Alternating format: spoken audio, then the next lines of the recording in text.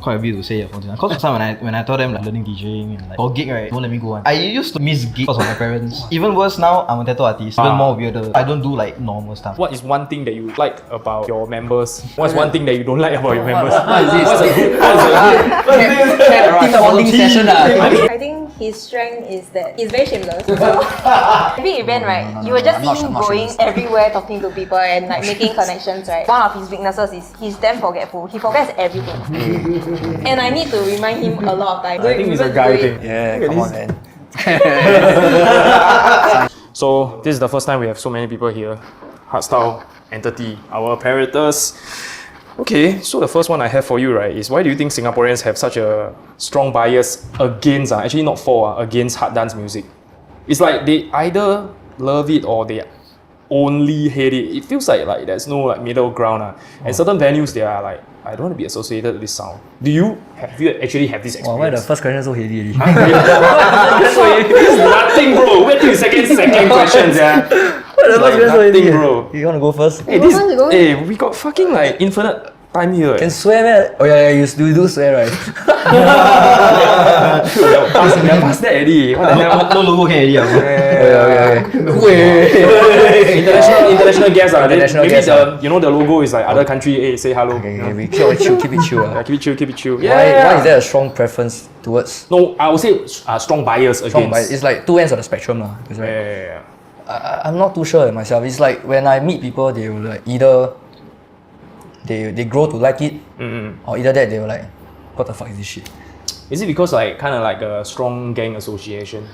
But I also think it's like the way what people think of hardstyle. Some people think of it as like Siam Diu music, but then like some people think of hardstyle as like I guess like the way that we see is like we associate it to like the DEFCON sound. So then to us like the way that we define hardstyle and the way that a lot of other Singaporeans define hardstyle is very different.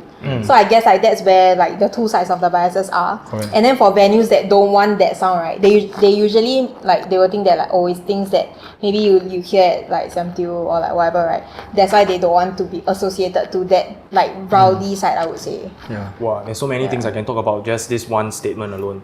Do you have anything more to add before I hit? Exactly what she said. It's also about the venues and also the exposure that our crowd are being exposed to. You know, like what she said about DEFCON 1, DEFCON 1, Climax, all these like really the full-on hardstyle festivals you have in Netherlands, Australia. So these people who are exposed to this kind of festivals, they are exposed to the proper hardstyle. Whereas like people who just started out from Singapore Siam Diu, then they will be exposed to like the very like Chinese kind of hardstyle, very bouncy kind of hardstyle. So why is it not good? Is it because it's one-dimensional sounding? We never say it's not good. Sometimes it's just not an international preference. Yeah, sometimes me and Raja will like BlckVox, we will like take it as like a guilty pleasure. Like we go to like these kind of places, then you see this guy going all out. So it's not necessarily a bad thing, It's how you enjoy, how you want to enjoy hardstyle, how you want to enjoy like 150 BPM kind of music. Yeah, there's no like but at the end of the day, it's like what you say is correct. It's like there's either people hate it or they like it. Yeah.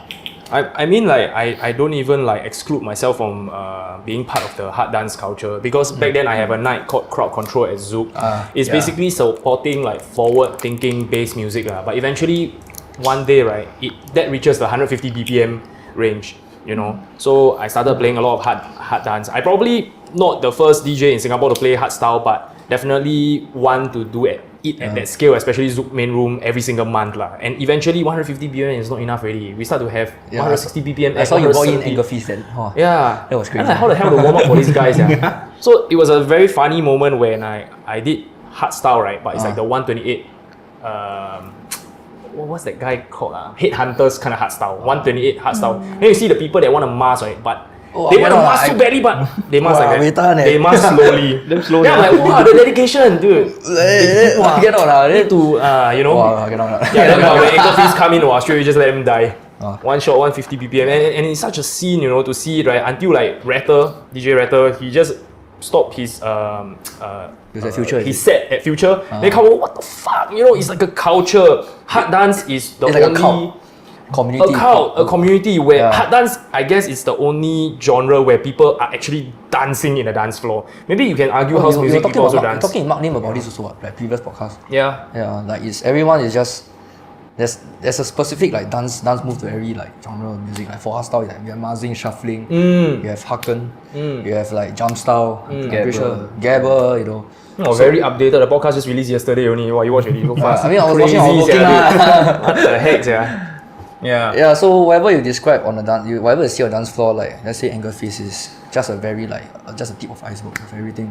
If you like come for our events, you will see like there were multiple like sub community. They will like the way they dance is you can see their passion for hard dance. Yeah. I have this like super open conversation with actually Andrew T. Oh, legacy. Yeah, and then because of course, you know, he's our first ever podcast guest. This is like episode like fucking 50 plus, I don't even know already.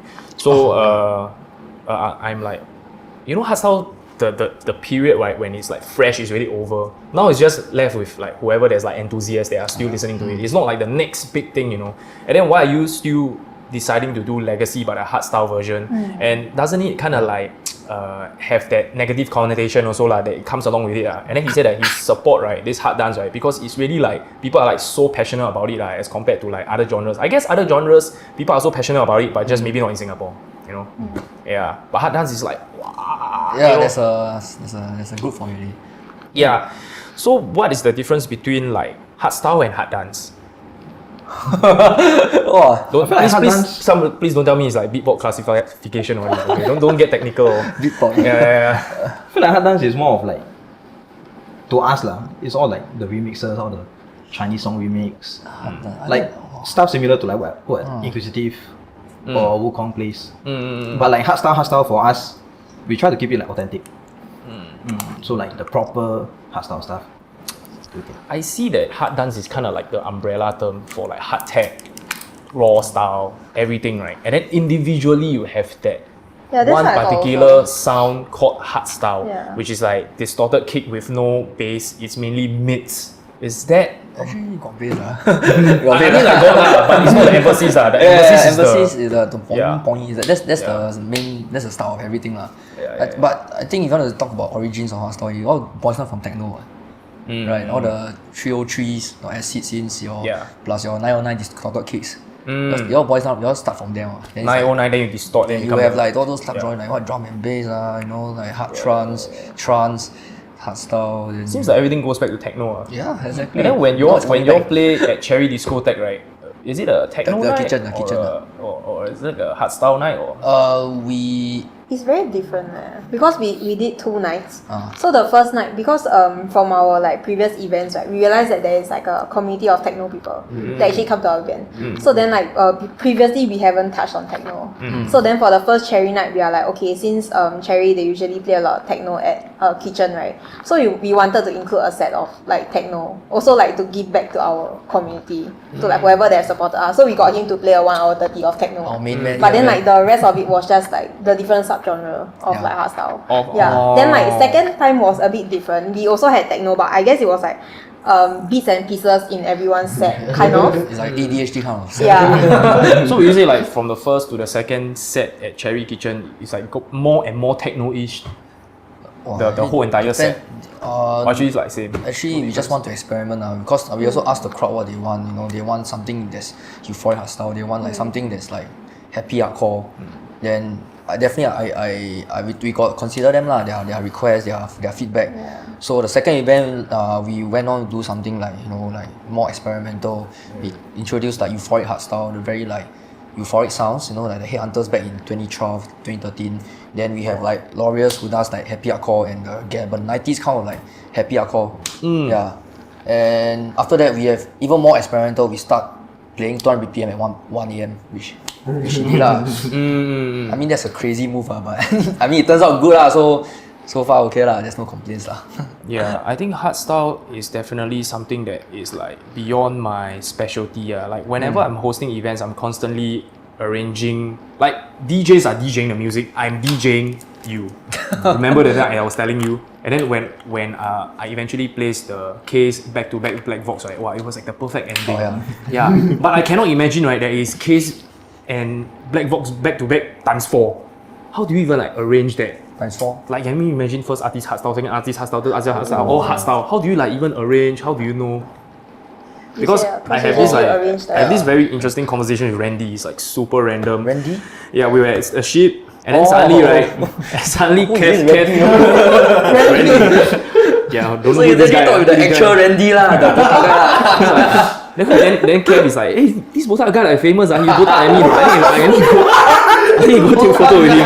Then I'm like, dude, that's the stupidest idea I ever heard. Let's do it. Let's do it. So you can see lah, our Instagram profile got Randy and Kevin taking photo. Everyone should cut botak. I want botak. They can link up. Yeah.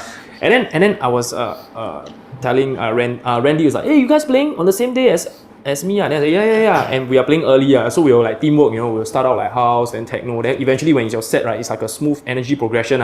We also don't want to risk tiring the crowd out. And then he loved that answer so much, right? He come to our warm-up set and support us and party with us, and then come and ask us, hey, do you think raw style can work? I'm like, bro, you're the kings, yeah. Why you ask me why raw style will work in Singapore? That's the thing, you got your own crowd for that.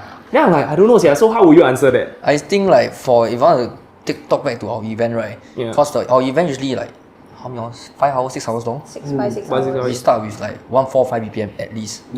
Then most of the time it's either me or like Lorius will start, because we start with old school style. Old school style dates back with a lot of like techno elements, very like chill, repetitive kind of beats and very old school sounds. People can vibe to it, there's not much like energy needed to dance to that segment. Is it known as 90s rave? 90s rave is... It's more of like what he played. That one is another segment.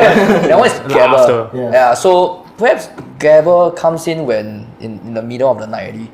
Because it's like techno, but it's like the trend, the in thing now. Is it in thing? Lorius? It's like a jumbo goat XXL thing. Jumbo goat? Yeah. It's like a sonic thing. Sonic thing. Sonic. I don't not 90s rave. I think it's coming back but probably in the Netherlands. Singapore, I think not that much. There's not much crowd for it also. Okay. Yeah, but anyways, back to the topic. We start with the old school style first. Then we start with euphoric. So all these like throwbacks are classic throwbacks. The early 2000s kind of hard style. So the energy is very low. You keep it like as minimal as possible. You try but the tempo is still fast. Tempo is still fast, but the energy is still like that. Then after that, go to the main segment. Usually we'll play the raw style already. So the raw style will probably like 155 BPM above. And that's the main event already. The main part of the event. Then people can go out during the event. Probably around like 1 AM, 12 plus AM, 1 AM that kind. Then after that, I will just tell everyone just go have all. Which I will ask like Adeline to do like hardcore sets towards the end. So it's like a 200 BPM. Yeah, because by then everyone drunk already, everyone mabuk already. Then they don't care what you play anymore. As long as got fast beats already, then you'll just go crazy. So usually like this, Long and Raja, two of them will help me to finish the set. I'll help them to like warm up or like do the pre-main set that kind. Yeah. As an organizer, do you see yourself like, oh shit, I need to be like fucking everywhere? Like, I need to do opening, I need to do main set, I need to jaga whether the DJ play properly, I need to check the ticket sales. Hey shit, my friend start outside, guess this how? Oh yeah, you want to say? is it you or is it you? Both, right? Okay. Actually, like during the event day itself, usually we will kind of like know like what each other are doing. So like what I always tell them is like keep your phones with you. Then like because we will need to look after the door, right, which is the most important thing. So we usually just take turns. Whoever is not at the set, like whoever's not playing, then we will just take turns to see like what's going on. But then like usually like pre-event we will try to set up as many things as possible already. So I think like during the event itself, like the craziness comes in when sudden like hiccups happen. Like maybe the speaker go crazy. Oh my god. Or like every time yeah, or like certain guest list got problem, then usually that will be something that we need to communicate. But I guess like it's not that difficult, I would say, because like usually we just have a clean, very like sorted out records of it. So like whoever is on guest list we know, like whoever is coming in tickets we know, and then like by entry we will also know like who's like going in and out. Yeah. Oh, the speakers, I remember. What? He was playing halfway, then after that the speaker just cock up at Majesty Chen. Then it turns out that the switch is the fuse broken or what? Yeah, something. I mean, it's the same thing that we face at Ikigai also lah. Is it? The fuse blew up, and then they had to like bring a new mixer board. But within 1 hour, we managed to back up and running. 1 hour. 1 hour. Yeah, it was actually during like opening set so not that bad. It was our main set. Wow, crazy 1 hour. That's Wow. fucking insane. I can imagine the anxieties you're going through. Yeah. Wow, that was crazy 1 hour. Yeah, that's crazy. And then like I also see that you also got a write up from live Apparatus, right? I think it's like quite I don't think it's like something that is like quite usual that they will cover also lah. But they also see like they also see like hey, hardstyle music is also like coming up on the rise.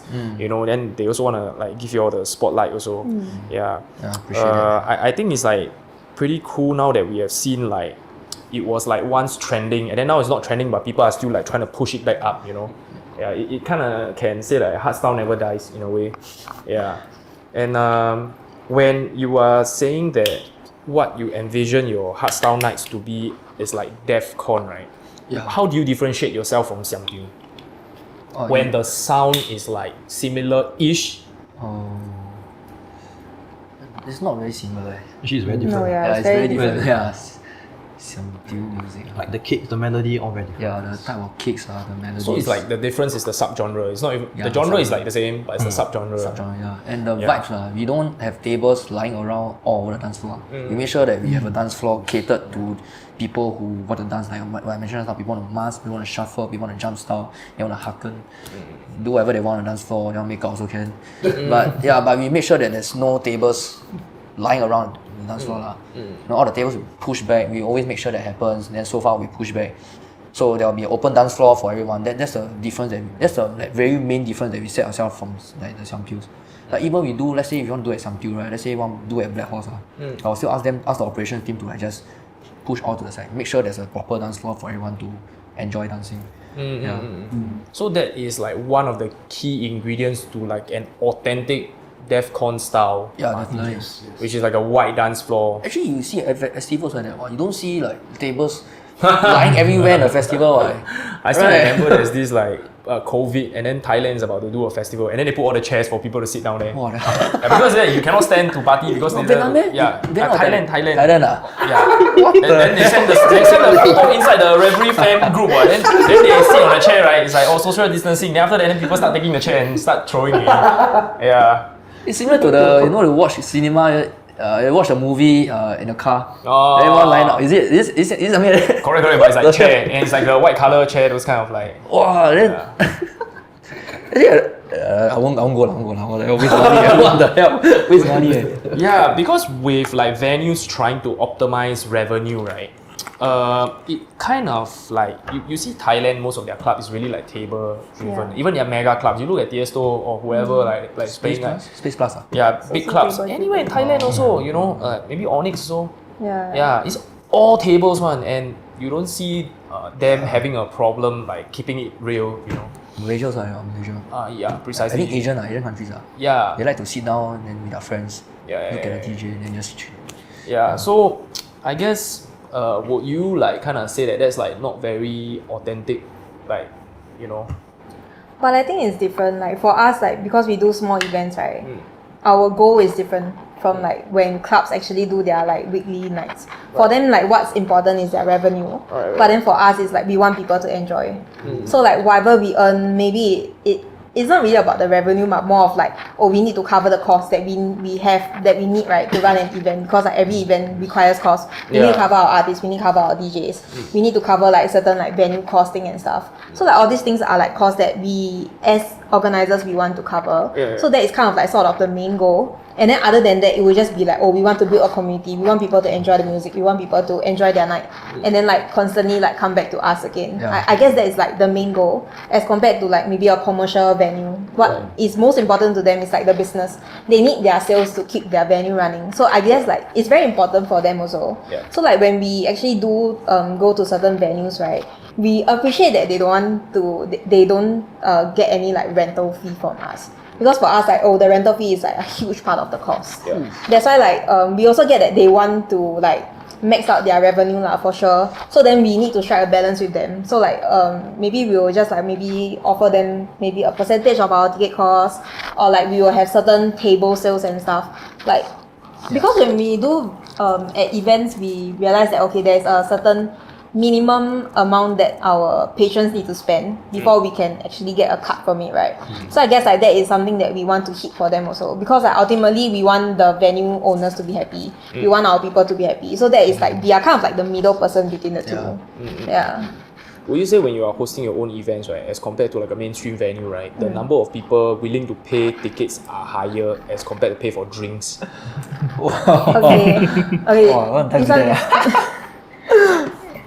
I think this one is based on like your crowd also. Like for our crowd, we realize that people want to come in and dance more. So we are more focused. Actually, a lot of our revenue comes from ticket sales. Yeah, very similarly. And then like headquarters. like usually people will just like come in and buy like 1 or 2 drinks, but they won't like spend like a shit ton on like bottles and stuff, right? When you see that market. Yeah, that's why what we try to do is like we want to make the ticket like affordable to them. But then like because venues they need to earn money also, so sometimes we will just like add in the drink, like maybe 1 drink. So then like at least the venue can get a cut of it.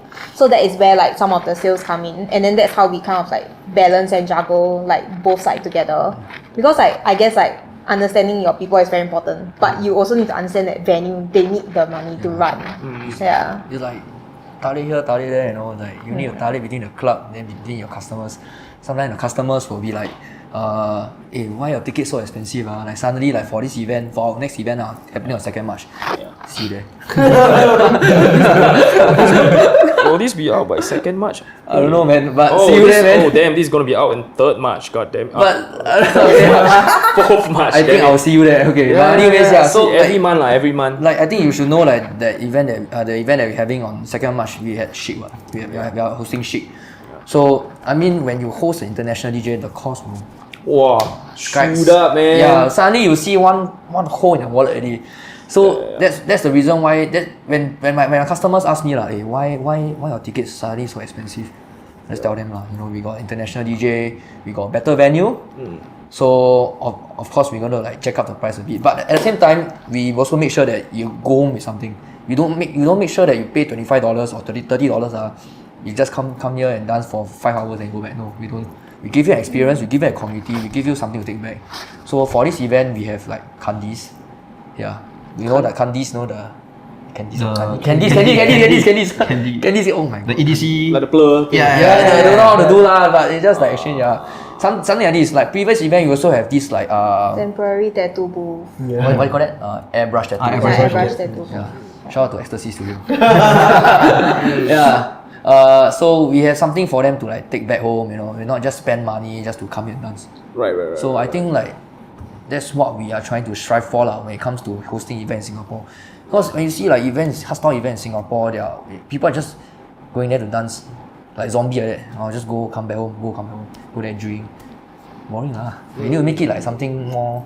Like gimmicks throw in some gimmicks Gimmicks Is it a very good way to say it? Or merch Something like that. Or like wrist tag all this.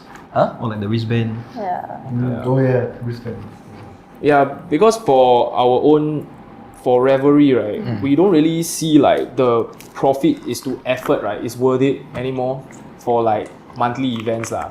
Quite frankly, like even Diplo is saying that he used to run Mad Decent block party, and then soon he realized he can't compete with like EDC or Ultra where they have like infinite funding. You know, so now he start to host like very few but like bigger scale ones. So like maybe like twice a year, that kind of thing. To make sure that each time when it happen, right, then everybody is excited, then confirm make back the money. So the effort is like more proportionate lah. So have you all like kind of considered that, or you're still on that path to like monthly?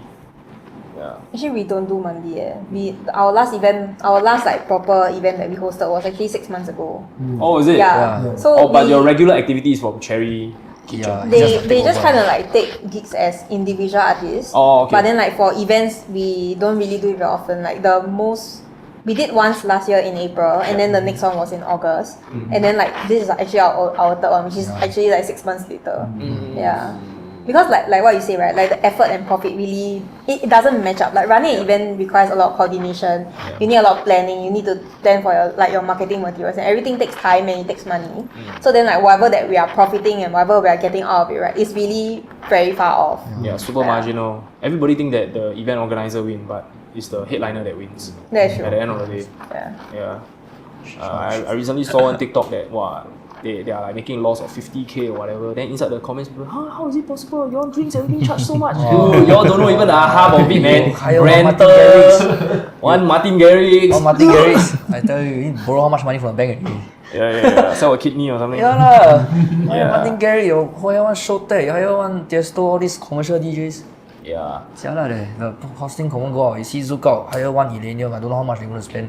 How much they spend already, hire one Fisher, I think it's alright, Fisher. I don't know about how Zouk Out sees this lah, but I think it's more like a branding exercise for them. That means like, okay, Zouk Out, right, I can lose a bunch of money. I don't know, maybe they make, but I'm thinking lah, imagine if they lose a bunch of money, right? But it's good branding for them. And then for the next entire year, right, the club will look awesome, you know. Say, hey, remember Zouk Out? Wow, they all like, can hire all these crazy acts. So it's a gimmick lah. It's marketing. Yeah, it's marketing. I guess gimmick is something that there's no category or you just classify as gimmicks. True. So I guess how do you kind of like pick people to be within your collective? Because especially like entertainment industry is so hard to trust like 99% of the people. You know, people that don't pay up, people that don't show up to work. You know, it's quite a shitty environment. We don't have union to protect us, all that kind of thing. So of course, like you pick from your own friends and family lah. Let's just say if you want to expand your team, how? Wow, actually, speaking about expanding, like we had Lorius long. So we had him first. Oh yeah, sorry. What the? Okay. Oh shit. Just mute him. Yeah, we had him first. I saw him play a set at one of those very small events. This is your one. Yeah. I saw him play a set at a very small event. He played like hard and raw lah. Right. Yeah, they call it bass night lah over there. Hosted by Damien. Right. Yeah, then after that me and her were just thinking, hey, let's get this guy in. He seems genuine. Right. I mean, I know him for very long already. Just that I never talked to him at all. Hi bye so many times. Hi bye a lot of times, but like never really like have a proper conversation. Right. But I mean, we came to realize that he actually is a very genuine guy. Down to earth. He knows his stuff. He laugh. Not true, man. Laugh. Happy Kenny. I say good things about him, what? Then I just say like, me and Adeline just let's get him in lah. We try to host an event by last year April, Then it happened lah. Then after that we realized, it's quite exciting lah to have a lot of people in our group. And we just hire him also lah, Lorius. So you realize that we four have different specialties. Like we four have different very music direction. Like what sonically? How would you describe? Go by subgenres. Yeah. Okay. So like I can play like I can't really play 200 BPM stuff lah. Yeah. I'm actually good at doing like warm up for like main DJs or like handling the commercial part. Right. Then she will do like the hardcore stuff, the more Speedcore. A bit lah. See how hardcore up tempo. Yeah. The 200, 180, Little Texas. 200 there. Yeah. Little Texas, something like that. Damn. Then after that Mental, he's responsible for the raw side, the very, you don't see him gentle that kind. But actually when you go for what he said the fist pump I saw on the video can create shock waves. Can feel it from the camera.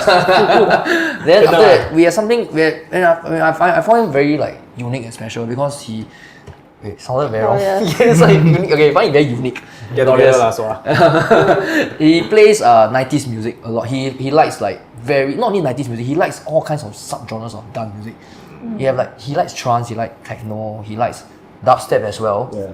So all these very very good genre. He has very weird, not very weird, like very like extensive knowledge of like dance music. Yeah, I realize you also play halftime music also in your hard dance sets. Yeah, once in a while we try to Like switch up lah, like give the audience a break. Yeah, not where got break. That one also hard. Play Sullivan King also. Where got No lah, but you dance differently, right? So you won't be forever in the same pattern. where got breaks? Yeah. Yeah, but I realized that Lorius was a very like his extensive knowledge on music could help us a lot. And he's the youngest among us, but he plays the oldest music. He plays 90s music. He wasn't even born yet. Were you even born yet? No. He wasn't even born yet. And he played like 90s music. Yeah, you know those like 90s Euro dance, 90s happy hardcore, gabber, that kind. Yeah. How would you all compare yourself to like a night like Sonic? Is it like kind Joshua's of like, event Okay. Is it like kind of like what related in a way, or like totally no link? Do you know the Sonic signature, right? Yeah. It's like hard techno. I think for them it's more of they stick to that one genre, which is like everything techno. But for us is we can anything hard.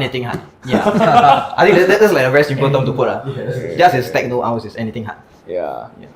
Yeah, just to circle back to working together, I actually got clearance from this guy to ask you this question, okay?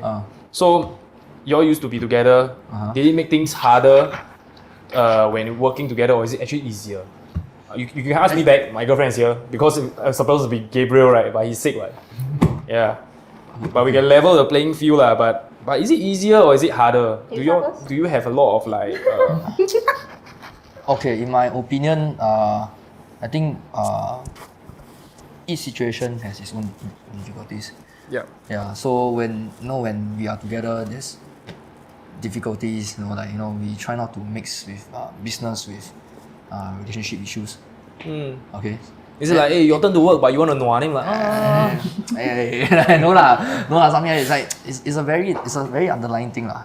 But when it comes to like the recent months, of course, it also proved another form of difficulty. Having to work together, is difficult. But I mean, at the end of the day, we have to try to really find a balance point. We try not to mix business with personal issues. Because at the end of the day, the purpose of Apparatus is actually to serve our community, the hardstyle community, to provide a dance floor for everyone to dance to hardstyle, because there's not much hardstyle event in Singapore. So yeah, as long as we have a goal in mind, we have this like common purpose, I don't think there's any like any form of issues. Can you like describe one difficulty that, like for example, for our audience, they want to create a collective and then they want to start it with like their family member or something like that. What is one difficulty that you have faced, right, that you have like a good advice, like you kind of managed to overcome? Actually, I think for us, like, even when we started this Apparatus thing, right, we do very different things, like two of us. He do more of like the front-end things. So he talks to people a lot, but I'm the like back-end support. So I give him all the materials and then he's the one that pushes them out. So that already kind of like split our work apart. Okay. So like what we are working on is very different. That's why like from the start we don't really clash a lot together. Okay. But I guess the difficult part is like when it comes to like business and when it comes to like relationships and like emotions and stuff, right? That can get quite sensitive because like certain things you will feel that like, oh, I cannot say because like maybe he won't be happy, like the other person won't be happy, right? Dear. So I guess like it's the same thing like when you work with your friends, then you're like, oh, you cannot say like sensitive topic. Then you hold back and then everything just starts building up, right? Family also. Then when everything starts building up, then you're like, oh shit. Then like I'm unhappy, but I cannot say. Or maybe like the other person like don't even know what's wrong, but then you just suddenly like kind of get angry at them to a certain extent. So then like that kind of like Pent is up the frustration. Yeah, it is that line, right, that I guess like can be solved through communication, I think. I think it brings back to like family business also. Like family business also got same issue. Like you work with your brother or what, then after that you have this like this money. You talk about money. Money is a very like sensitive issue when it comes to family business. I guess like when you have to actually like walk around eggshells on each other, right? Then that's really like toxic. And then if you a lot of things cannot say, and then it cannot be solved, then it is also like super red flags already lah. Yeah, maybe just like maybe not in sync or in a way lah. So yeah, communication is really key. Maybe you can start from you lah. What is one thing that you like about your members, and what's one thing that you don't like about your members? What is this? What's a good? Team bonding session. I mean, dude, this is the first time I got the whole team down. Right? I gotta like make use of this, alright? Yeah, like what's like one strength, one's weakness. You need to memorize the name also, huh? Yeah. Fuck, you don't remember their name? The shit. Forfeit all. My attendance. Start from me. No lah, you don't say yourself lah. Like, okay, what's her weakness? What's her strength? I think the main key strength, apart from like designs, I think is like able to identify like the main business strategy. Right. Yeah, I think that's very important when it comes to like deciding which venue to take. Some of the procedures that we have to undertake when it comes to negotiation. Right. Yeah, so she's stronger in that. Then after that for Raja, I think he's like I said, he's very easygoing and he's okay with, and he's quite talented actually in like playing a lot of like hard genres. You probably like give him like 1 week, he's able to like come up with a good set already. Something like, I think if you know Pin Chen, DJ Pin. Yeah. You give one hardstyle set to Pin, he also will do one very well for him. Shout out to Pin also.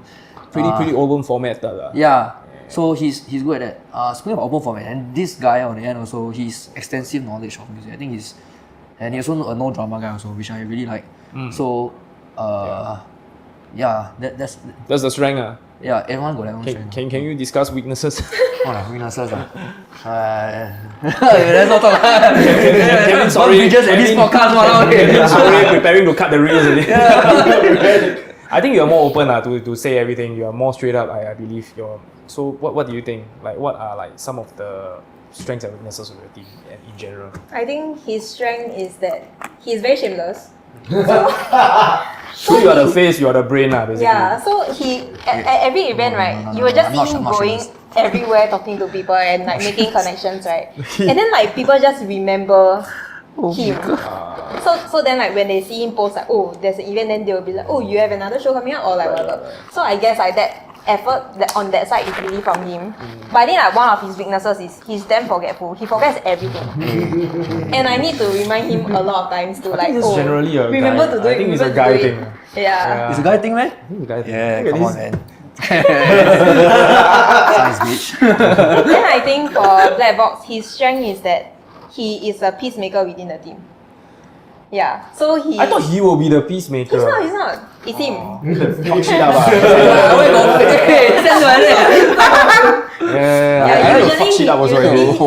Usually he is a peacemaker. Yeah. But I think his weakness is that he don't speak out much also.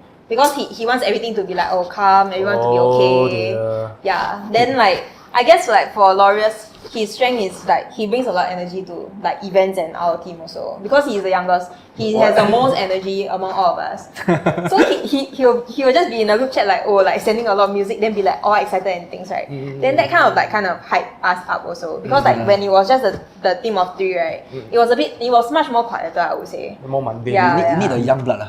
Xiao Pingguo. But I think like for his weakness is just like when we took him in, he has 0 experience. Yeah. So I think like that part is something that he's working on, but like the effort is there. So I wouldn't say it's like really a weakness. I'd say like also. maybe crowd reading and stuff. Yeah. Like maybe needs that one probably just need to go through a few Less more than 5 gigs. gigs, man. That's the thing. I mean, that's not weakness lah. I would say like can work on it lah. Because he only got a few gigs. 1% level up each time. Yeah, that's the thing. But he took 2 months to like learn DJing. I taught him like only 4 lessons. That's all I took to teach him. The next thing you know, he played 2 sets at one show at the event. I guess this is one thing that very similar you and me, right? Is that last time when I was running like a billion collectives, a billion groups, right? And then I always try to pick the best people, you know. But then I realized that skill is actually not the most important. It's about like whether this person is a good person or not. Then skill can train on. Yeah, the like attitude. Like how you like level him up from like not so good at DJing to become like, you know, proficient. Correct. That's very true. Yeah. So we keep this segment short. So you're both, right? What do you like and hate about your boss? Hey, we're not boss, we're friends. I mean, like they recruit you, so technically, you know, starting lah. Boss like. What I like He drink water already. You say. Okay, it's time to tag, bro. I think for him is he has a lot of experience like in the nightlife, right? Yes. So like anything that we need to know, or anything that we're not sure what to say, Who to everything. avoid. Yeah. Avoid! Oh my god! Fucking lame. I need another hour already. Bro. So anything like related to all this, right? Like we can go to him and ask one. And it's like really on point, and like nothing goes wrong. Weakness. I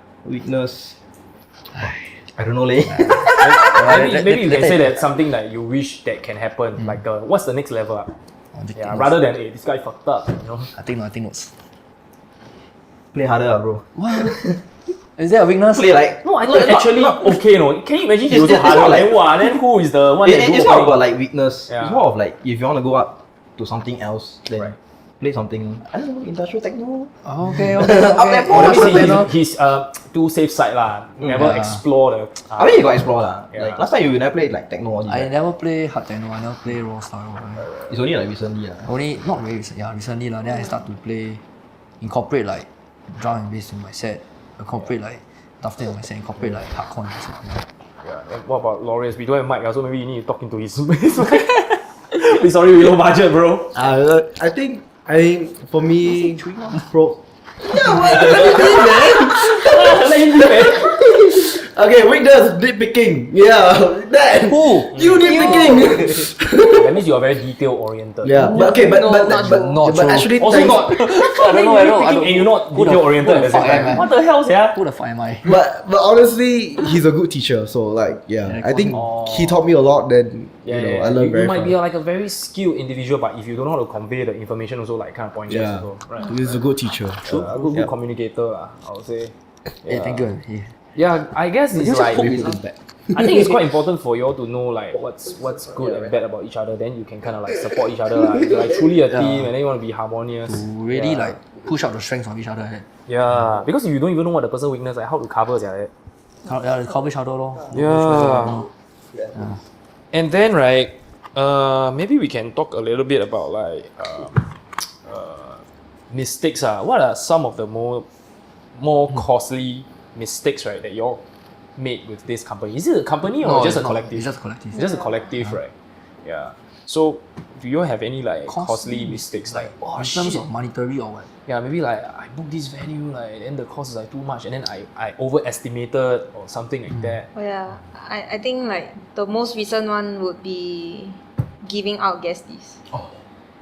Yeah, because we did our previous, like the most recent cherry night was in January, and then we also started promoting our event somewhere around that period. So then like So residency and own event.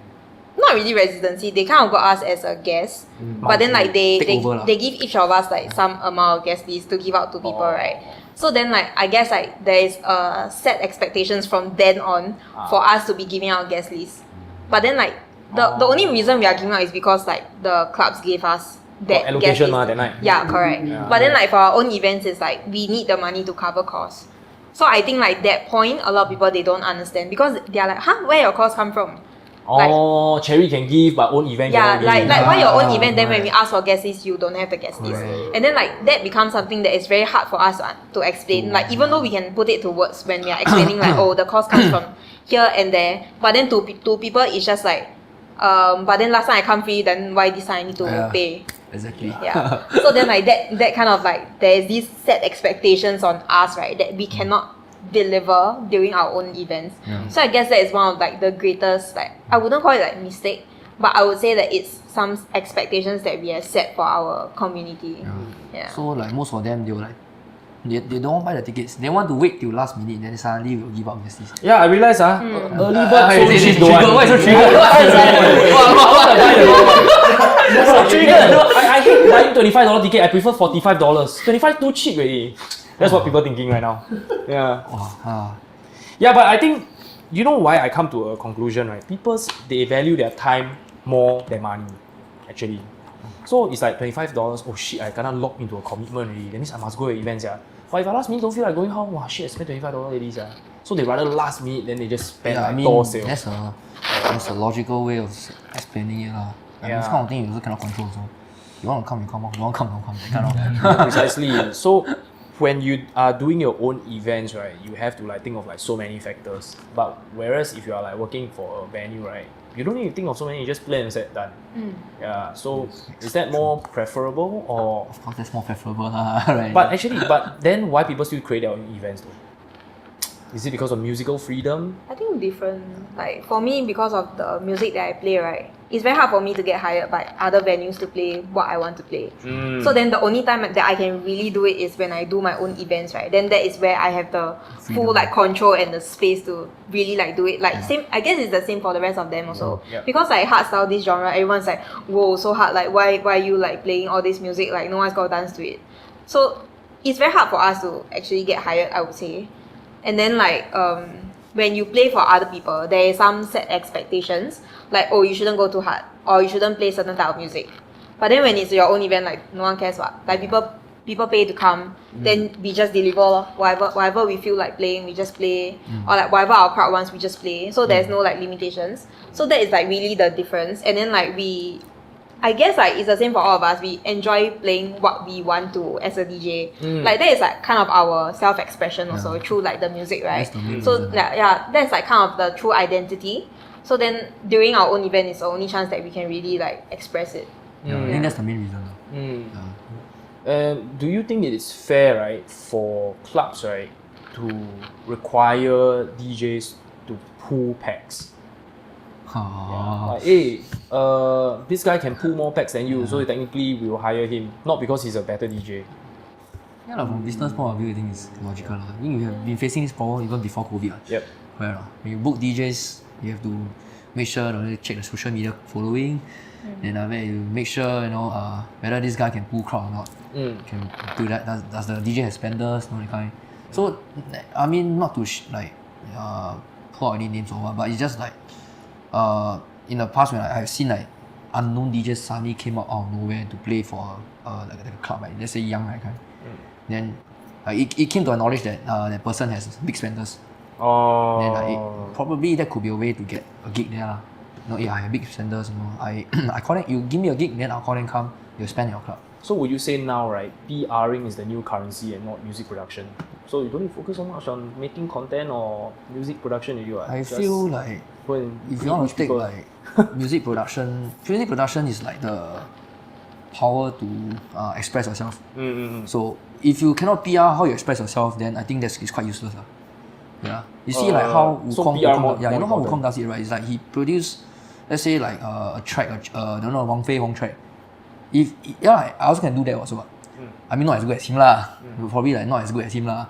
But the thing is that he produced this track, Wang Fei Hong. But you see how he PRs it. He make it a story. He make it seem like, hey, I'm joining on a quest with you as this like character to take on fight monsters, that kind of thing lah. Wang Fei Hong, that kind of story lah. Yeah. So I feel like music production is just the way to express how you feel. Then the way you PR is how you actually the most important thing is how you PR. Because the moment when you create a story out of your song, you create a community of people that follows your story. Yeah. Do you all agree that like PR is the basis of the music industry, or is like having a good product equally as important or more important? I think like when it comes to production, of course like your music quality is very important, right? Yeah. But how it reaches your audience is always through like PR, how you market your things, right? How you brand yourself, and the journey and experience that you bring your audience through. So I think like that is where the stickiness kind of come from, right? When people talk about like artists to their fans kind of a relationship. Like you obviously people don't have like time to talk to everyone individually. So like the stickiness really comes from like the relevancy that you are able to bring to your audience. So if it's like Wukong and like what he said, right? Like he built this story around his music. So then when people are able to like relate to a certain part of their life, or they recognize this through like certain like stories that they used to hear and stuff, then like that will be that point of like stickiness to them. And then like for us, like the point of stickiness that we want to create to our audience is actually the experience. That's why we do a lot of like we try to interact as much as possible, whether it's like during events or like on Telegram channel. Like that is also one point of interaction. And then like through that we build the connection, we build the stickiness. So that's where we kind of like gain our community also. Previously, I had Jace Pua here doing the podcast with us. He's a viral content creator, and then he said now is the era of good enough content. Do you all agree? Yeah. Good enough short content like TikTok lah. Yeah, it's like you don't need to put in so much effort to like do your track layering, mastering, mixing until like super tight. Just good enough. Throw next. For music, you cannot just like that lah. You gotta make sure it fits with the requirement lah. You know, like Spotify. Yeah, but I think for videos, I'm not too sure lah. I don't really like deal with videos a lot. But I think I can see like there's a uprising trend of like very short videos. You know, fast videos. You can see that the production value is like not as much. Yeah. But Lower. yet it captures a lot of attention. Yeah. So I guess that's like the trend moving forward. It's like fire as many bullets as can, and hopefully something hits, rather than carefully aiming one by one. So because like even if you hit, right, people's perspective is like, oh, it's actually not that dope, you know. I don't think it's dope. Then die already. You only got one bullet. Correct. Maybe you produce something trash, then people love it. It's like when I produce something on SoundCloud, like I had one like remix on SoundCloud. I did one remix.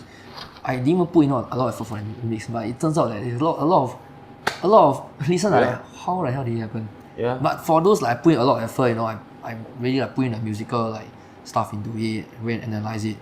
And no listen. Damn sian. And I think you are one of the people in Singapore that put out music the most often. Last time at a point of like once a week or something, then now it's like kind of once a month or something. Oh yeah, once. I mean, try lah. I mean, I'm also working, very busy. Yeah. Like right now, I guess it's like putting out remix so that it's kind of like the song is already popular, and then you remix it, you get your name out there, but then you cannot kind of monetize from that. True lah. Do you all foresee yourself putting out original soon sometime? I think you have, right?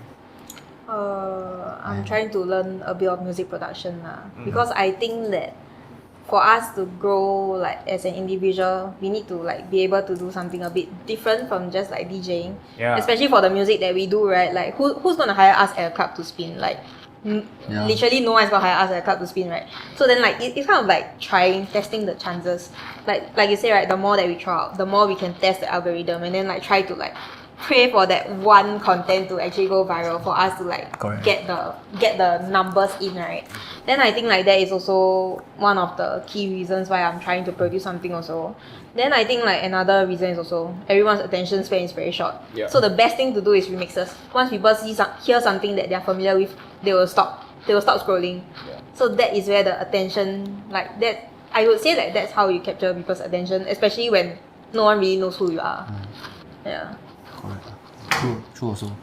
Yeah, I think for me it's also I'm also trying to push out some singles on Spotify as well. Trying to create I'm trying to like create a story out of my song also.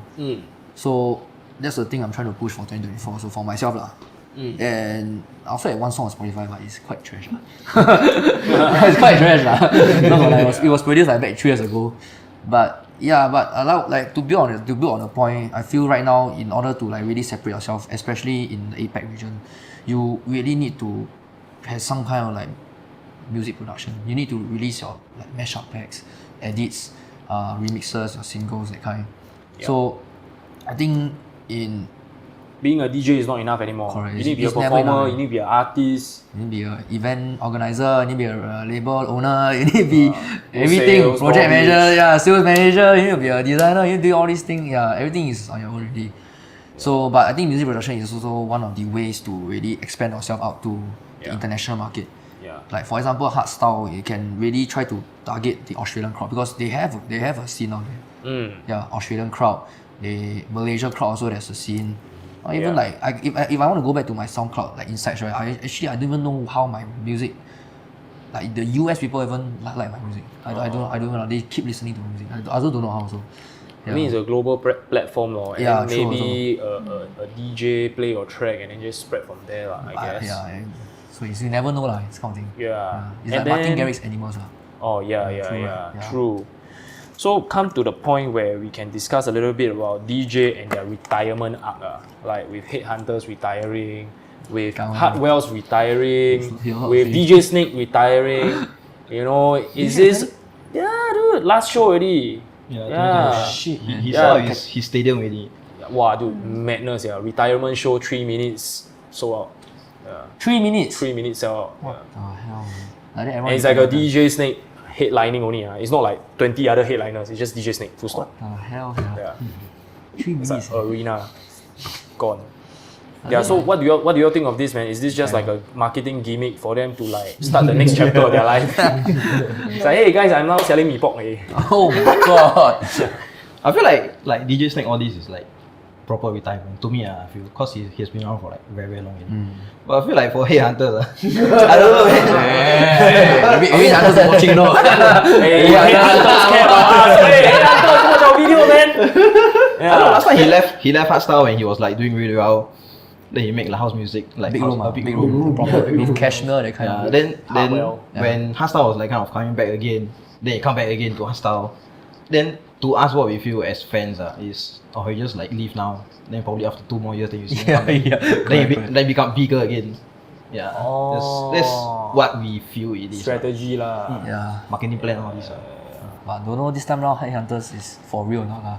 This kind of Yeah. thing, you never know lah. But okay, like he still got to make music. It's just that he won't be so performing. he's just not DJing anymore. Yeah, Right, you won't maybe, be performing. maybe focus more time on the studio lor. And he also recently kind of like enrolled himself out of the DJ Mag Top 100 so that he want to like get more new hardstyle acts in the top 100 scene. Do you all believe in the DJ Mag Top 100? Oh, start already all. Huh? Start already all. Talk about this kind of thing. I think. We already started since 9 o'clock. Just for What time is it now? 10:30. Oh my god, we talking for 1 hour 30 minutes. Oh, that's crazy eh. Oh, okay, DJ Mag 100. 1 hour. Whether you believe it or not, it's up to you lah, up to your own perspective lah. Because I heard there's a lot of like monetary like pumping into the voting system ah. Yeah, but I think also money also kind of signifies like how successful DJ is. If you No have money, this no amount of money. backing, then you Exactly. can kind of like show up. Correct lah. You want money, you need to produce your own track, man. You don't need what. You just need a ghost produce. You just need to have a ghost producer. I mean, Right. let's just compare DJ Mag Top 100 to the Grammys, okay? Then everybody, even the Grammy CEO, right, came out and said that, okay, the Grammys, right, are about a group of people that sign up, right? They are industry veterans, like they are violinists for many years, singers for many years, right? And then they sign up for this program to become a Grammy laureate or some, I forget what the word is really. Basically, they form the committee of the Grammy, and then they will judge each work, right? Okay, like Travis Scott released new track, or David Guetta released new track, or Skrillex released new track, right? They don't care about how popular the artist, how many plays. They judge the music on the music quality itself, you know.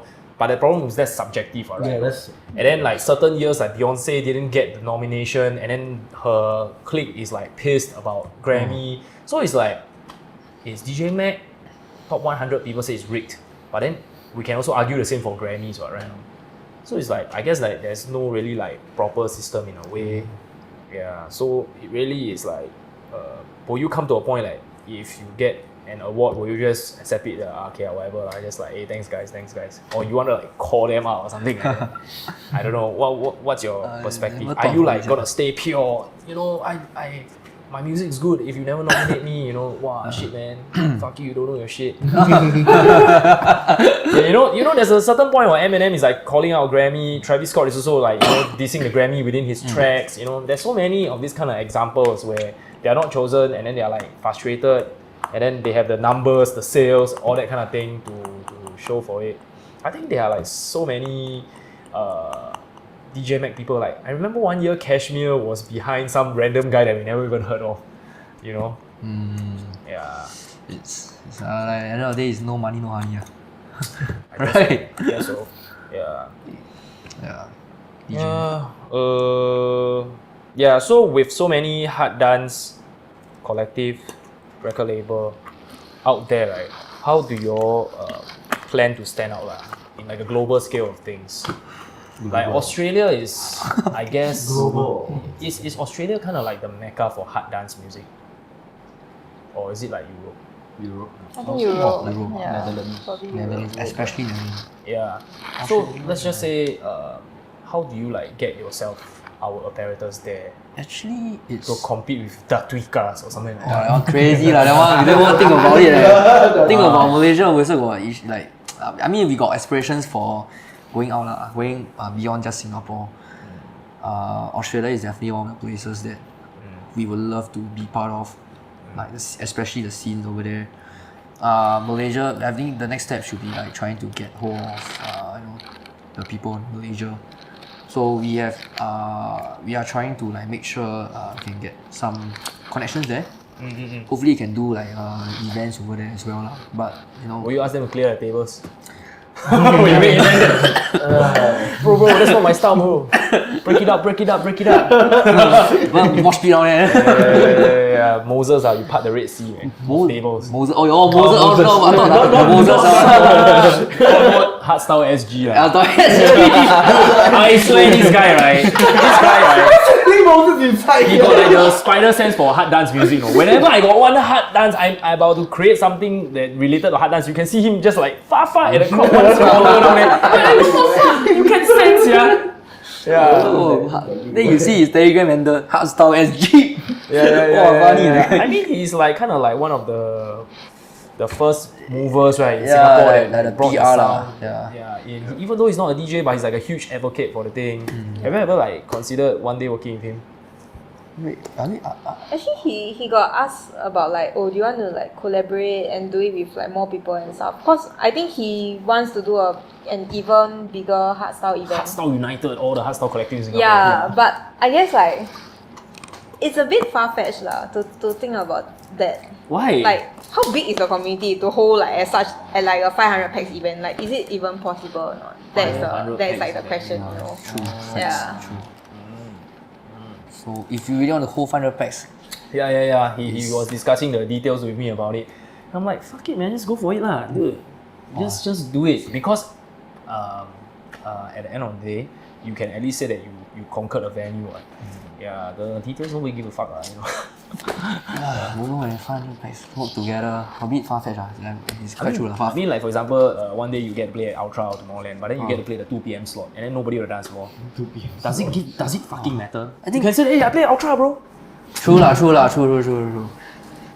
True lah. And some of like music is a lot of like perspectives and that kind of thing. Yeah. So I guess as an artist, you need to like whatever you can get, just get lah. Yeah. Because I guess it's like very similarly to what James Hype said, right? Like, why am I working so hard? Right? It's because now I get all the gigs, right? I just play as many shows as I can. Who knows when is the day when I wouldn't be popping, you know, and then I stop getting shows. It will just happen like that. So might as well just faster rake in the money. That's the fear. Rake in the money first. Got money, just take. Yeah. Or maybe got opportunity, just take, you know. So you're just saying like just be opportunistic, right? Whatever gigs you have, just take. No matter like, if I have to take a hip hop gig event, I'll just take I would say opportunistic. Opportunistic, like wrong word. Opportunistic is like, wow, this person sick. I come in and slot in, you know, kind of like, you know. Okay, like, more like, I would say, Take every chance. What's the thing that you always like to say? Back up.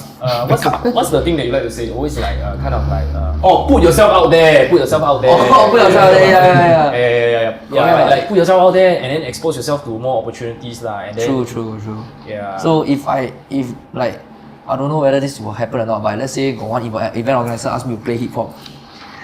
Are you gonna do it? Play lor.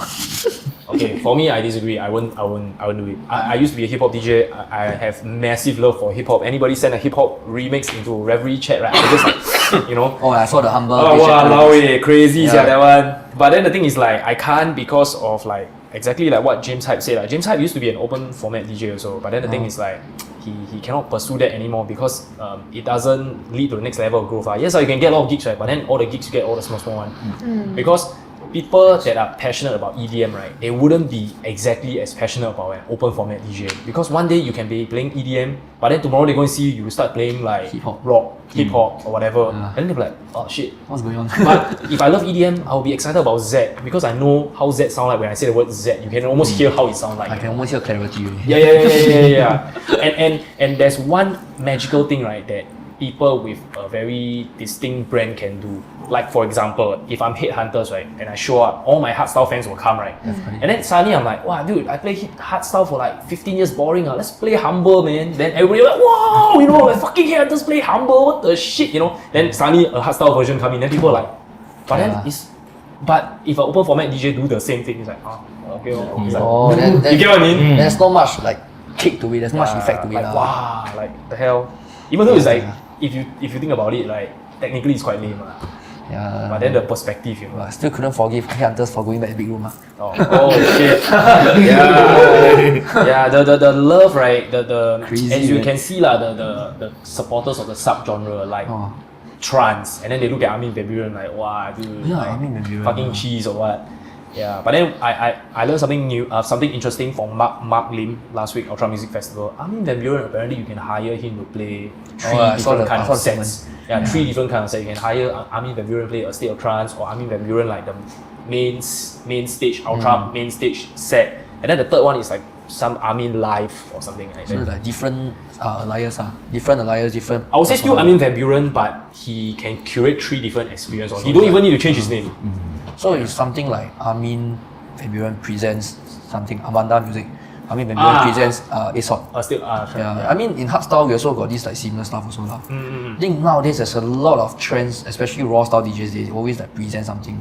So like okay, what's the Rebellion Overdose.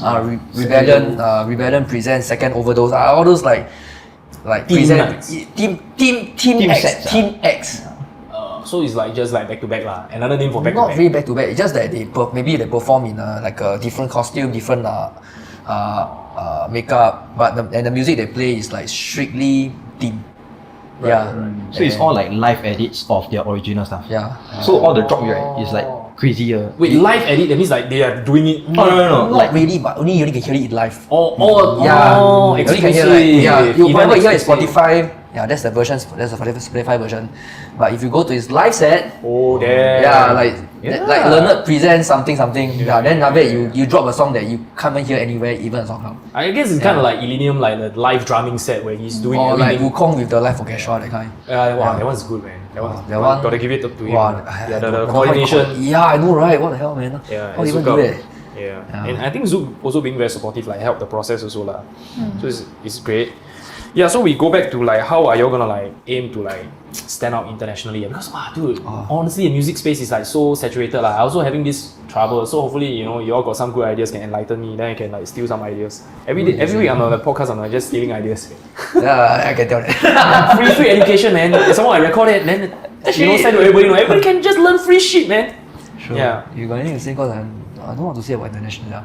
I don't have that plans. Yeah. But eventually you are right. You kind of like conquered Singapore-ish lah. Kind of conquered Singapore. Did we? I mean like one of the more regular hardstyle acts if you think about it. Like collective there's like doing more regular, appearing on the feeds. I mean what other hardstyle collective are there? Alright. Hard Ascension. Hard Ascension is on there. Hard Ascension is like kind of like hiatus a bit, right? Yeah. You know, Hard Ascension managed to convince me to go to a Siam Diu and see them. I never go Siam Diu one. I don't know what Siam Diu is it, right? But I know I enter right by the toilet. You enter by the Yeah, toilet. the side is the toilet. Then I like okay, Coffee shop So knock this door, then go inside this door. Then the moment I went boom, boom, boom. Wow, the soundproofing is like fucking insane. Like coffee shop, you know, like you enter from the back, the toilet. Yeah, but it's more like Holiday Inn style kind of like. How is it? You know, you buy booze from Holiday Inn there, and then like got one toilet. Then after that you go. Pixie Pixie. Is it? Is it? was The like very after first COVID. Very near Holiday Inns, is it? COVID, I think after COVID, After right? COVID. Somebody bring me there. It was actually Joshua Dylan or something. Then I suddenly see in the dance floor fucking Is it DJ at the KAEIZ down there. basement? Oh, DJ KAEIZ. Yeah, I just meet all and then What got is he doing Sakura, down there? all like super random. then they look at me, they equally surprised that I'm here. Yeah. Pixie, Yeah, I think Pixie. So is it at the basement? Yes. I mean like I Can walked you down a spiral car park. You know the car park, the car drive down the spiral. I walk down the spiral, then I'm like, okay, there's a toilet here. Then say the club is here.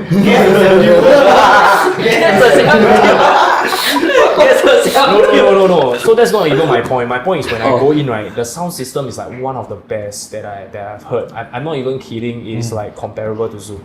Yeah, and then I'm like super culture You want the shock. honest thing? Super Siam culture Diu's shock. sound system is so much better than commercial clubs. Sorry to I, say I, this.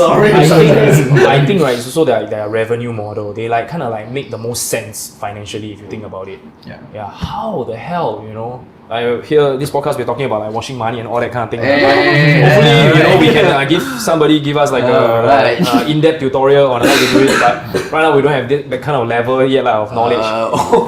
But for now, all we can say is that their financial model is pretty good on the surface level because you can see like it's like hang flowers, it's like fucking like what alcohol is so cheap, Like, no entry different fee. revenue streams. You got food Yeah, also. I got food. And then they did this like one thing that Jeremy Bala, when Jeremy Bala was here during our podcast, I think they did it very well. It's like why US club open from 8, close at 2, right? It's like a fucking genius thing. Because after you like have it, dinner, then you have like chill drinks with your friend, and just nice the restaurant convert to the club, and then you are already at the club. Yeah. You're already at the You venue, talk and then about you it, just like might as well just party. Then by and then it end 2 a.m. Then I still can work tomorrow. You know, High House is doing the same thing. So they convert at 10. as a worker of High House, what do you think? They convert at 10, right? Their restaurant stops at 10, then they convert to a club, right? So I think More like kinda that's the whole lounge. thing, right? Like you give the whole like nightlife, your pre-drink, your food, all It's a journey experience. Yeah, which is why like the collective 5 to 10 p.m. right makes so much sense to me. Oh yeah, it does. They like kind of like bring awareness to, hey, actually you all can party earlier on, then tomorrow you can work. Then you all won't be so like 反感, you know. What the hell is 反感? Like if you'll be like against- you're against it lah. Against like Negatively lah. partying, yeah. There's lesser reasons to turn it down. Less- How many you take MRT go back? Huh? You take MRT go back. 2 a.m. can take At 10, Or 10 you can take let's say MRT. you end at 12 like that. Oh, you mean the 5 to 10 collective? Yeah, still Dude, the 5 to 10, the first event is like outside some restaurant, and then beside right is Guzman and Gomez, and then I go and get the cheap beer from Guzman, then I order the burrito bowl and eat and party at the same time. Yeah. Got some beer man, Guzman, you know. God, dude, Corona, bro. Corona. And then I was like, Joshua Dylan girlfriend, and then the friend right is like some beer addict lah, and then we like take turns to buy for everybody. So it's like, okay, you go inside get 5, then you come back, then we finish, then we go inside get 5, and then we eating burrito bowl, and then we partying at the same time. It's like super convenient. Actually quite nice all the experience. Yeah, it's like super chill, and then you can go and see the DJ what song he playing. Okay, then come back eat. very intimate lah. Very intimate. I love it. Very intimate. Yeah, I hope to have them in the podcast soon. I already like reached out to them a few times, and then they are super young also. I recently featured one of their members, Lasan, as the first slot for our revelry second anniversary, and she's like playing Ama piano. So they are like very into the new trending subgenres kind of sound lah. Piano is like Brazilian. I think it's like kind of like chill Afro piano house. Oh, okay. Yeah, it's really like more beach vibes rather than like high house lounge vibe. Like high house also has like kind of like that piano house kind of thing, but it's kind of more energetic. Yeah, more backing beat lah. Yeah, man. So going international definitely difficult. You kind of need to like create a signature lah. But with everybody like being so westernized, right? And then with ourselves Singaporean, we kind of look down on our own culture lah. Do you think like is there a way we can stand out by assimilating Western portrayal of hard dance lah? Can we do it better than them? Can we do Western sounds better than the West by being Asian, or should we start doing more Asian shit to really stand out? I mean, like Wukong and Inquisitive is one very good example. They are not ashamed of their own culture. They just like, hey, bam, fucking play like. They really embrace it lah. Yeah, and then I guess that is how they kind of like get regional acclaim. I wouldn't say like international acclaim yet, but maybe one day. Yeah. You know, like Bad Bunny, like how he's so strongly supportive of like Puerto Rican culture, Spanish, and then he's like, you know, even in the interviews, sometimes he don't even speak English. He just like have a translator or whatever. Yeah. So would we eventually come to a point where we are so proud of ourselves that we can like kind of represent our own? Wow, Singaporeans ah. But I feel like there's a breakthrough point for like local artists also. Like you need to be at a certain level in your local scene first before you can kind of like go somewhere, right? That is what I would kind of say. You need some recognition first. Most people actually is the other way around. They get the recognition from overseas, then Singapore will respect them, like JJ Lin. Actually, it's like, who are you, sir? But Taiwan love him. Oh, Taiwan Singapore is like monkey must see monkey do, right? Taiwan, 孙燕姿 Yeah. Correct. So I guess like Tosca is kind of like making a right move lah by like kind of Melbourne, like, right? you know, getting like the, because the other day we just having him here, right? Started going overseas, getting like Australia to kind of like recognize him and then give him props. Then Singapore will be like, oh my god, you know, this guy is Singaporean. It's like how Straits Times trying to claim credit that KAEIZ is Singaporean. Right? Oh my god. Oh my god. Oh, KAEIZ is so successful. Do you know he's born in Singapore? Then it's like everybody's It's like oh, one gives a damn. footballer goes to like Europe to play football, then suddenly like they have to mention like, hey, this footballer is Singaporean. Yeah. So I think like what you say is true. Like once you hit international, then you get some kind of international recognition, right? I think the moment you come back to Singapore, right, your status, right, will go up by tenfold. But sadly, Singapore is not going to help you get there. Correct. You have to really go outside. Yeah. Because Singapore's community is so small. Like industry is very small. You compare even compare with our neighbors. Let's say Malaysia. You talk about hardstyle scene. Just talk about hardstyle scene. In Malaysia, the hardstyle scene is so much better than Singapore.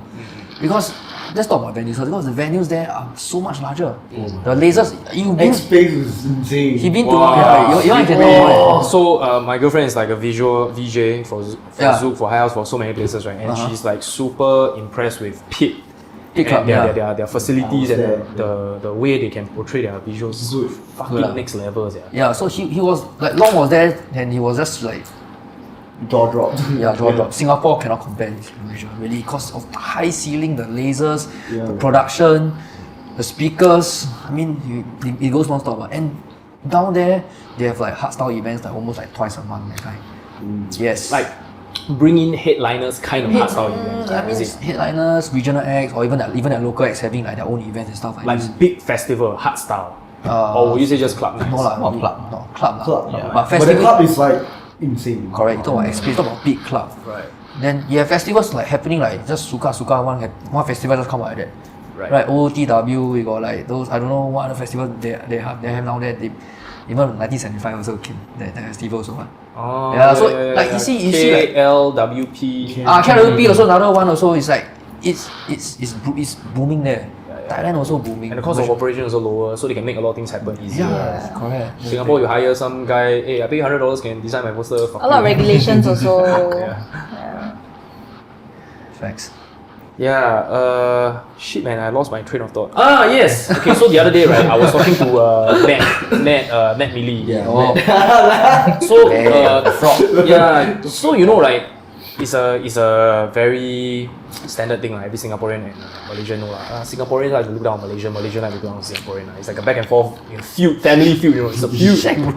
So basically, every Singaporean DJ will be like, this Malaysian DJ, you know, if I get him to play, will he like play like Malaysian style like as though it's like a derogatory kind of term lah. Malaysian style. I recently found out from Matt Mealy, Malaysians are thinking the same thing also. Why this Singaporean DJ like play too Singapore style already? 我们不喜欢, you know, that kind of thing. Must copy accent. Yeah, so like do you all like kind of like think that it's like quite difficult in a sense to kind of like be yourself when you are like in Malaysia, or you just like, you know, manage to find like a good party to work with and then you all can just like really be yourself? Well, actually I think it's like what we are used to playing here, right? It's like, okay, whatever Singaporeans they can accept. So to us it's like, okay, this is how we are going to play, right? Because we know like our crowd is going to respond. Yeah. But then when we go overseas or what, right, we don't know how the crowd is going to accept Don't know what to expect, right? That's why a lot of times it's like, oh, you have to learn how to crowd read. Like, you need to know like what kind of songs people respond to. Yeah. Then you can kind of like figure out, okay, this is the crowd. Like today, like this is what they want. Maybe this is their culture and stuff. Yeah. So I think like it's very hard to play a fixed set overseas also. Yeah. And then when they pay you more because of like the conversion rate, right, they will probably put you at the main set. But then once you end, then the resident take over, right? Then the moment he play first song, everybody, wow! Then you look like shit, you know? Oh yeah. I mean, like they know their own people. True. You cannot beat a resident DJ. Confirm. They know what they want, ma. Yeah. So far, right, when I've been resident at Zouk for a very long time, and there is so many international acts that I open for, right, and close for lah, it's very hard for them to kind of like match up to the energy of a resident, unless your name is Wukong lah. The moment Wukong left and I need to close for him, right, it's like all the Xiao Mei Mei gone, bam, like 50% of the crowd gone. Then I'm like, okay, fuck. You feel the pressure, right? Yeah, I don't even want to like perform anymore. I just press play and then I just like, I just do my own thing. Then 50% of the crowd is bam, gone. That's life of the resident lah. But yeah lah, it's super hard. Will you all like kind of like, you know, do market research first before you go to the country? But then again, it's like super tough, right? Like if you get brought to a new country, like how the hell do you know what they like, what they don't like, what's their flavor? For me, is I will ask my friends first lah. You know, like let's say that I play in Indonesia, I'll ask like my Indonesian friends, hey, what kind of music do you like? Or what kind of music do you think that you like? Then they'll give me some examples. Then I'll just take reference from there, no? Yeah. Then on the spot itself, you have to really crowd really like what she said. You really have to really see are they actually dancing? Are you playing too hard? You have to like tone down a bit before you bring it up again. You know that kind. So even I was going there to play at Hardstyle, right? I dropped to like pop music to bring back the crowd. For Indonesia, yeah. I think Indonesia is more like bass music country, right? It's like more Barong family kind of stuff. They like the what they call it I don't know what it's called, the dangdut Dangdut. no, I don't even that. I forget what they call it already. Dangdut EDM remix. It's like very like, oh my god, it's like twerk, like trap. No, you know GTA has this one song GTA. How does that sound like? Wow, Yes, I really forget. Okay, like what? 128 BPM. 128, the resident DJ was telling me 133 BPM. Then he has a very Jersey beat also. Yeah, he has a very Jersey beat. Maybe like Jersey house. Boom. Jersey club house, I guess. Maybe. Correct. But they don't call it Jersey there. I don't know what they call it. It's an Indonesian term. I really don't know. It's like kind of like Indonesia's version, like Vina house, like in a way lah. But Indonesian version lah. Yeah, they got their own culture lah, subculture over there. Yeah. So, when it comes to music and your self-design, right, how do you spot the next trends to emulate in your own collective? Oh, actually, I will study like the Instagram stats. So like every post initially when I design posts, right, it was kind of like based on like what I think is nice. But then as like more people view and how people respond, right, my designs kind of switched to a certain way. I realized that people respond a lot to posters whereby there is a main focal point. And then like rather than a poster that just like genuinely look nice. So like for now, like when I design main posters for events and stuff, usually I'll either like put the DJ faces on it, or there will be like one main focus point on the poster itself. And then that usually when I notice like the trends, it's kind of like what people are more inclined to. They will kind of like kind of look at it a bit more. So even when it comes to like video editing of like teaser video, right, I usually try to keep it within like 30 seconds, and I have to make sure that I capture people's attention by like the first like 8 to 10 seconds. Because like if I put it on ad, right, people will only see the first few seconds before they skip. Yeah. So then that is like the first few crucial seconds that I have to actually capture people's attention. Right. Even when it comes to like caption writing, there's a certain way of writing captions whereby you are going to capture people's attention. So like usually I try to tell Kaizen to like keep it interactive. Like try to ask people questions, put in some questions as your first line or something. Or like whether it's like informative, then of course it has to be like information that people are concerned about, and not just like a random like information, right? Because like if you type too much, there will be like a more button, which is an extra step that people have to click in. And usually people wouldn't read that if they scroll very fast. So I guess like all these things is you have to kind of go along the way with your designs to like see. But then like what we do also, like every year I try to change up the theme. So like last year I was doing a lot on like Greek chords. So like that is kind of like the main thing that I was focusing on. And then like this year I'm doing a lot more on like red and black. So like this year the colours kind of like shifted a little. Last year was kind of cool colours, this year was like the warmer colours. So like I think it's important to also give people like a different outlook also. It's not like people see the same thing every day, they will just scroll it away. But you never evolve through time. Right. Yeah, correct. Yeah, because I would like to give a shout out to Drip and Cherry Discotheque, right? Their marketing has always been fucking on point. Their Telegram channel, their activation, their play on like horoscopes and all that kind of thing. Every month, right, I'm looking forward to what they were gonna do, you know. Especially Cherry, especially their Valentine's Day poster also quite. For me, I would say Drip personally, but I guess probably you have a preference for Cherry lah. But still, you know, it's the same brain. You know, the other, the others. Give a shout out to Van. Yeah, very creative. Yeah, I had the pleasure to like speak to her for like 3 hours. I went to her family shop and then we just talked for like 3 hours about fucking nonsense, everything around under the sun, and wow, dude, a lot of thought has to be put behind like spotting what's next. And Cherry, ever since like the York Hotel days, right, has always been like trend setting in a way lah. They kind of like lead by having that neon lighting kind of thing, and then everybody start copying them. True. So for design, you kind of have a more like audience approach where you design what you want first, then after eventually you see the stats. Okay, audience gravitate more towards that, then I will just go towards that lah. But for music, because you have like already built that sonic signature, we are Hardstyle collective. You cannot really change much, right? You cannot like tomorrow start playing house music or what. Actually, actually that's quite true lah. That's why we always ask people, you know, what kind of like subgenre you want to hear at our next event. Do like some polls, and to be honest, they don't really care. They just hear got hardstyle here already, and they'll just like dance to it. But then like we also identify that there are certain subgenres that people like more. So like our crowd, usually there's a crowd whereby they come very early and they want like the old school things so that they can do their whole like shuffling, the whole dancing when the dance floor is still like pretty much like empty, I would say. That's where they get the space, right? Then like after that, when the crowd comes in a bit more, actually a lot of them like euphoric. Because they are telling us like, during our first event we actually brought back euphoric, which like I think a lot of like past hardstyle event they kind of neglect the whole like euphoric thing already. So then like he was telling me like, why not we bring back euphoric, and then we try, and then like we got a very good response. So like now like whenever we do events, we always try to like include in euphoric because there is a huge crowd who wants euphoric, and then like that is something that we always keep in mind, like old school euphoric. And then there's always I would say like the main crowd actually wants raw, because now like raw is like the hardstyle scene now. It is a trend now. So like these three are kind of like the main thing that we will want for every event. But then we also like try to think of like, okay, we can't always just be doing hardstyle only, because there's only so much that we can do, right, with like hardstyle and the subgenres.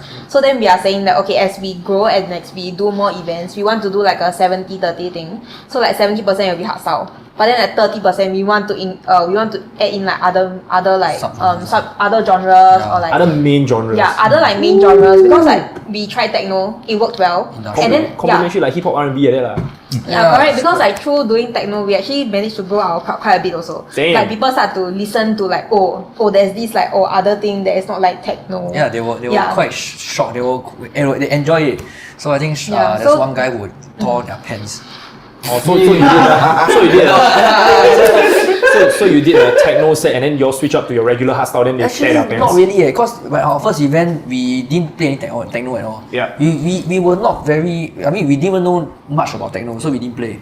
But somehow there was this like techno crowd that came for our event. Then apparently he danced to her set at 200 BPM, and then his pants tore like one hole here, one like cung here, you know. Dance at 200 BPM. Yeah, he danced until his whole pants tear here. Then after he just pants was so tall that day. So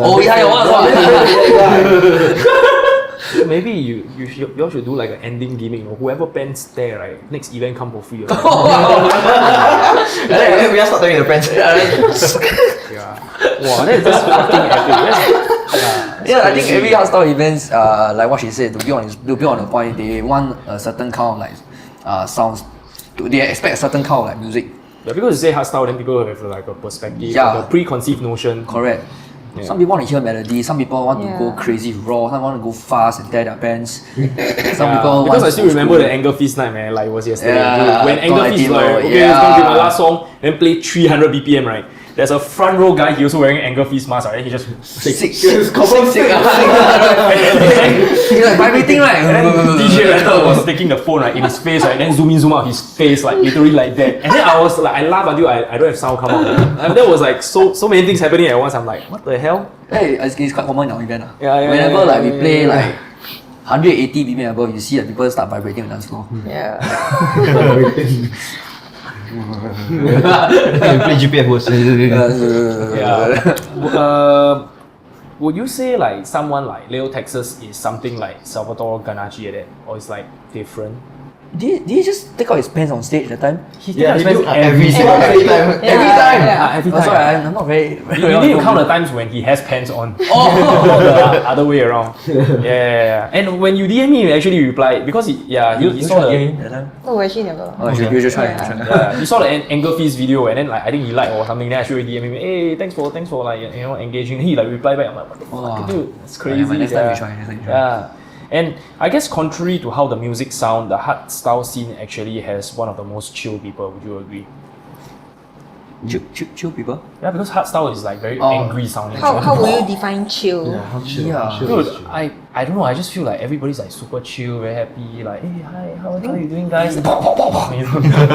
There's a community for it. Yeah. So people tend to like be more easygoing. Dance together, go for raves together, go for festivals together. Yeah, so I think when you see them, they're just like very chill, very easygoing, But when the music comes, they really, you can see their passion for it. They are really passionate about the music. They are really like going all out to really make their money well spent until that happens. That kind. Yeah. So maybe we can discuss a little bit more about your concepts. You have experiment radio, you have hardstyle nights. Do you have any other? Maybe we can go into each and every one of them. Yeah, cause we started with experiment. Yeah, cause What's this it called was experiment video? okay. We wanted to call experimental because like we want to like the name suggests experiment with like different genres of music. So we featured we started in 2022 January 2022. Then we featured like different genres. We got dubstep, we got like D&B. But it's all hard lah. No, actually we do every genre for Yeah. that 1 year. Right. And then after that we switch it up a little bit. So we focus more on like EDMs. Yeah, for 2023. Then like in 2023 we also we started something called artist set. So artist set is like purely like hardstyle, hard dance genres only, all the different subgenres. So what we do is the four of us we actually take turns to cover every month, and then every month we feature different artists. So I actually started with Anger Feast first. Then you did Headhunters after that. Yeah. So then like that is just like a 30-minute set of like fully their music. Yeah. So that is like something that is very different. Very and then fun to do with also. Yeah. And then Kinda the like name you limit yourself, so it's also more challenging a bit. Yeah, Yeah. exactly correct. Yeah, because like sometimes we just hear people like, oh, I want to like listen to like a full like Sapphire set, a full like Headhunter set. Then we are like, okay, you don't get this at events because like Make the compilation for them, no one will really do that right at events. So then we are like, okay lah, then we pull out a mix for you like just purely their music. Perfect. Actually, Yeah. the effort is not so much also lah. It's just because we understand the music, we understand like we know we got the music already. We just need to like put in the mix. Yeah. It's quite easy for us also. Yeah, I think the most interesting one would be your one. Lorius. I don't know where he plucked out that underground DJ from. Kobari one. Yeah, Kobari one. Kobario artist set was the one that you took the longest to prep, right? Yeah. Every EDM genre inside there. Yeah, because the artist covers how many genres? How many alliances are there first thing? 7, 8 Yeah. alliances, and each alliance. Yeah, I don't know where he get that from. That's why I say he has the most extensive knowledge. Fun. Yeah. Somebody need to cover like a Zushan set, man. He also got like 8 Zushan lah, the Andrew T brother lah. Benedict lah. He got so many aliases also. Walao eh. Yeah, 7, 8 aliases. Yeah, so that is like experiment video where experiment radio where you are like not just hard style, but literally like anything that is related to EDM lah. But would you kind of feel like it like deviating from your brand? I mean, it's just for fun. It's just like a just to put ourselves out there. Right. And if anybody's just nice likes hardstyle, then like, hey, Apparatus is here in Singapore. Right. And then hardstyle night, that's your event. Hardstyle Night is our event branding. So like all our events are called like Hardstyle Night, but then we throw a different theme to all the events. Right. And then like why we call it Hardstyle Night was actually It's like a night. we were in a car together, and then we were like deciding like, oh, what should we name our event? Hardstyle. And then like he was saying like, oh, we just call it Hardstyle Night lah. Then after that I'm like, night, okay, KAEIZ. Yeah, so that was Workplay. like how we kind of accidentally came up with the name, and then we just stuck to it. Like a ever community. since. Yeah. So then we just start calling people like Knights. knights. People who come to our event, we just call them knights. Yeah, but we don't try to make it too cringy lah, cause we try to make it too cringy lah, cause I'm not that kind of person lah. Yeah, usually it's just a term lah, then just a familiarity. But at the end of the day, it's just you see the same community of people who just come for the event. Yeah, this is the only 2 concepts. 3 artist set, That 3, experimental radio, and Hardstyle night. Then no more. random takeovers at Cherry. That one is just more like personal gigs lah. Like personal gigs lah, you can say lah. Yeah. We are still being paid lah. No, of course, but Yeah. it doesn't like the Apparatus brand is not there. It's still there. Also, it's Apparatus night. Yeah, it's Apparatus takeover at Cherry. Oh. Then we'll then we like form our own night lah. Just that we don't take charge of ticketing, we don't take charge of ticket prices, we're not taking charge of security or anything. So that's why very early on he was saying about the guest listing. So that's the difference between us, Hardstyle night, and also Apparatus takeover at Cherry. Your own night versus takeovers, I Exactly. guess. Yeah. Okay. So last question for you all. Will you encourage your kids to chase their dreams even though it doesn't guarantee financial security? Wow. Look at all of us. We're just doing this. Hey, you say your parents more strict, right? Yeah, it's probably like painful for your parents to see you do Exactly. this when they have that kind of mindset, the 1963 kind of mindset or something like that. Right? 1963. So can you imagine you, right, and then talking to somebody that's like 30 years younger than you, and then they want to do something like reckless in your eyes? Yeah. Yeah, I think got quite a bit to say for this. Cause Finally! I'm waiting! We need some BlckVox reels, man. Blackout. my parents used to be like very strict, like very typical Indian parents. So last time when I told them like, oh, I'm learning DJing and like when got gig, right, they won't let me go on. So last time Is that a kind of doctor? so yeah, like I used to like miss gigs because of my parents. Yeah, quite shy. Then even worse now, I'm a tattoo artist. So it's like even more weirder. So I don't do like normal stuff. Then but encouraging my kids, I would lah. Like you got a passion, just do. Yeah. As long as it's proper, not something stupid or not something that will get you into trouble. Illegal. Not legal. Yeah. Right. But financial wise, try to make money lah. I mean every parents will say that mah. Yeah, they have to figure out now. Yeah. So it's like kind of like have a day job. I think that's what all of us have. Yeah. So We all have just to support the passion, right? Right. Yeah, but the thing is like when you eventually rely on your passion to earn money, right? Wow, then it's like a different thing. Right? You might not be a passion anymore. that's true. Yeah. It's a, You turn it it's into a business job now. already. Yeah. Yeah. So okay. Will you encourage your kids? I don't even know whether I want to have kids or not. Oh, that's a very big question. That's a topic for another day. Even like confident to wanna do it because like Singapore is so expensive, and then you have a kid, it's like wow shit man. Now it's like a huge burden. You cannot even Billion, like right? Just to raise up to 18, right? A billion, right? No lah, A no million lah. or billion, I forgot. I would say I read somewhere statistically a human life, right? If you can give him $3 million to spend in his whole lifetime, right? I think it's just nice. He can live very frugally lah. Yeah, so up to 18, maybe a few $100K to raise a kid, and then that means you cannot put that money to invest into your passion, your company. Then it's kind of like opportunity Forgot loss, everything lah. Yeah, so I think like having a kid now when it's not financially stable yet is like quite, in my opinion, quite foolish. But maybe some people their joy and happiness comes from the kid. You know, my joy and happiness is to ask people to put their fucking hands up. So it's a bit different. Likewise. Yeah. So I guess that is it for this episode. Yeah, we go through like so many topics. I don't even know how to conclude this, but yeah, man, do you all have anything that you all want to shout out with regards to your community? Thank you for coming for event 2nd March. Yeah. This will be like 4th March already. Yeah, it have been over. But just want to give a shout out to everyone who attended our events and supported us. Really, really thankful for everything. Four of us here, we work tirelessly to really like bring out the experience here in Singapore, like really redefining your hardstyle experience here in Singapore. And we try to stand out from the rest. We are not just giving you like a dance floor to dance. We are giving you an experience. Yeah, and the community here, we are friendly people, you don't bite. So yeah, they know themselves lah. Hopefully you can support us in the future, in the upcoming future when we have more bigger shows. And yeah, also support them individually as artists, regular releases, social media content, go and help them share. It's a free way you can support our apparatus.